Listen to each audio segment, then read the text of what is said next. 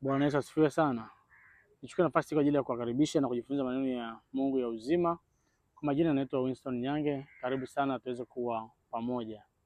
Tumekuwa na vipindi kadhaa tukiongea swala la hekima na nitaendelea kuongelea swala la hekima hilo ambavyo Mungu anatusaidia kuendelea kumjua, kumfahamu na kumwendea katika maisha yetu ya kila siku. Katika siku ya leo ni siku nyingine njema sana ambayo Mungu ametusaidia na anatusaidia kujifunza na kumfahamu yeye zaidi na zaidi kila itwapo leo. Katika kitabu cha Mithali ule mlango wa 4 kuna mistari kadhaa nataka tuisome pamoja kuona namna ambavyo Mungu anaweza kuhusiana na sisi na tukapata maisha yenye fanaka, faida na utoshelevu tele. Katika Mithali mlango wa 4 mstari wa 4 na kuendelea mpaka mstari wa 8 nitasoma. Biblia inasema, baba yangu alinifundisha hiki, zingatia kwa moyo maneno yangu, shika amri zangu nawe utaishi. Jipatie hekima, jipatie ufahamu, usisahau wala kupuuza maneno yangu. Usimwache hekima, naye atakutunza, umpende naye atakulinda. Jambo la msingi ni kujipatia hekima. Toa yote ulio nayo, toa vyote ulivyo navyo, ujipatie akili. Mthamini sana hekima, naye atakutukuza. Ukishikilia atakupa heshima. Mstari wa 9, Mithali mlango wa 4 mstari wa 9 anasema, atakuvika kilemba kizuri kichwani pako, atakupa taji maridadi. Atakupa taji maridadi. Biblia inaonyesha na inatuhimiza namna ya kuwa na hekima na kumtunza hekima na kuwa na hekima ndani mwetu. Na Mungu amekuwa akinisaidia kufahamu na kufuatilia na kuona kila nikisoma habari ya hekima naiona kama vile ni mahusiano dhabiti baina yangu mimi na Mungu. Ni mahusiano kati yangu mimi na Mungu, akinionyesha na kuniambia vile ambavyo anataka mimi niwe na vile ambavyo kumjua Mungu na kumtegemea Mungu na kumwendea Mungu. Hiyo ndio hekima yenyewe. Anaposema usimwache akili aende zake, au usiache maarifa yapotee au yaondoke, inamaanisha kwamba yupo tayari kutupa ushirika. Mungu yuko tayari kutupa ushirika na yeye na kushirikiana na sisi ili tumjue yeye na tuweze kudumu katika mahusiano mema baina yetu sisi na yeye. Niseme kwamba katika maisha ya kila siku ya mwanadamu yana kushuka na kupanda, yana kupata na kupotea, yana huzuni na yana furaha, yana kukataliwa na kupokelewa.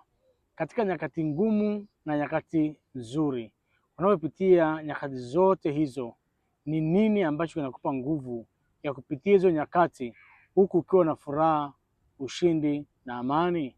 Ni hekima ya Mungu ipitayo fahamu za wanadamu ndiyo pekee inaweza kuhifadhi kipindi cha furaha sana, kipindi cha huzuni sana, kipindi cha kuondokewa na wapendwa wako au ndugu zako au watoto wako au jamaa yako. Ni nini itakupa tumaini la kuendelea kuishi katika furaha na utulivu? Ni hekima ya Mungu pekee ndiyo inaweza kukupa tulizo la kweli la moyo wako. Sio fedha, sio mali, sio wanadamu, sio mtu awaye yoyote ambaye anaweza kukupa tulizo la kweli. Anaweza kukupa tulizo la kweli ni Mungu peke yake na peke yake Mungu.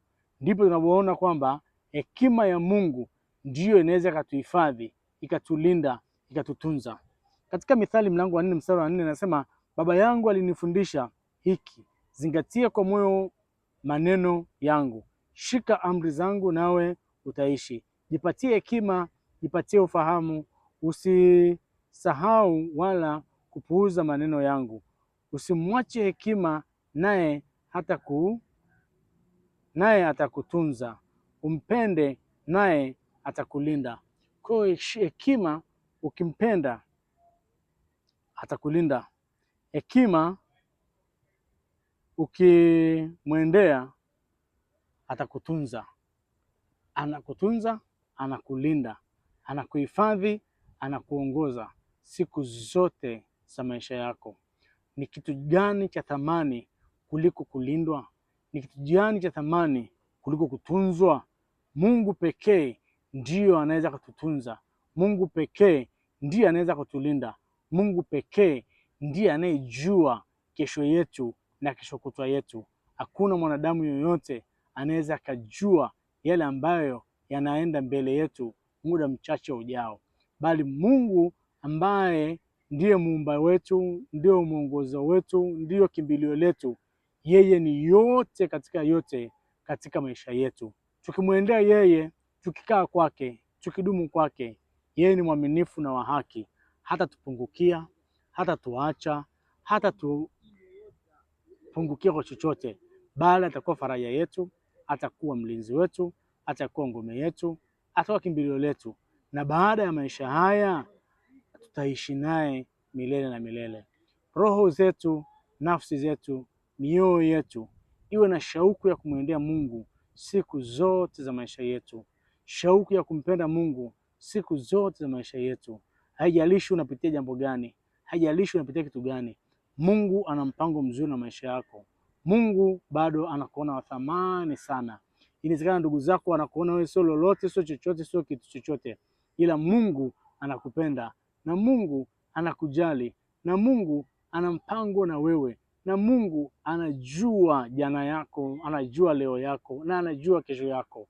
Kwa nini usimheshimu? Kwa nini usimpende? Kwa nini usimtii? Kwa nini usimtumikie? Kwa nini usimfuate akawa ndio kiongozi wa maisha yako, na maisha yako yakawa maisha yenye ushuhuda na maisha yenye kuigwa? Mungu anaongea na sisi kupitia mioyo yetu, kupitia ndoto, kupitia maono na kupitia watu, ili tumwendee yeye aweze kutujaa na kujawa katika maisha yetu na mioyo yetu. Tunatamani siku zote tuishi maisha ya ushindi, tuishi maisha ya mafanikio, tuishi maisha ambayo yanamtukuza Kristo Yesu na sio vinginevyo. Mungu ana plani njema na maisha yetu. Mungu ana makusudio mema na maisha yetu kuliko vile ambavyo hata sisi wenyewe tunakusudia maisha yetu yawe. Yeye ni mwaminifu na wa haki. Yeye ni mwokozi wetu, ni Bwana wetu, ni kimbilio letu katika maisha yetu. Tumwendee yeye ambaye ni jiwe kuu la pembeni. Tumwendee yeye ambaye ni mwamba imara.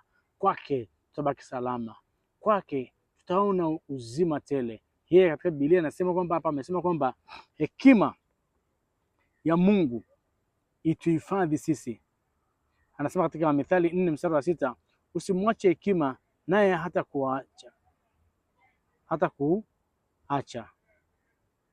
Anasema usimwache hekima naye atakutunza, umpende naye atakulinda. Ulinzi wetu unatokana kwa Mungu, kulindwa kwetu kunatokana na Mungu mwenyewe. Mungu alibariki neno lake na Mungu atusaidie siku zote za maisha yetu. Amen.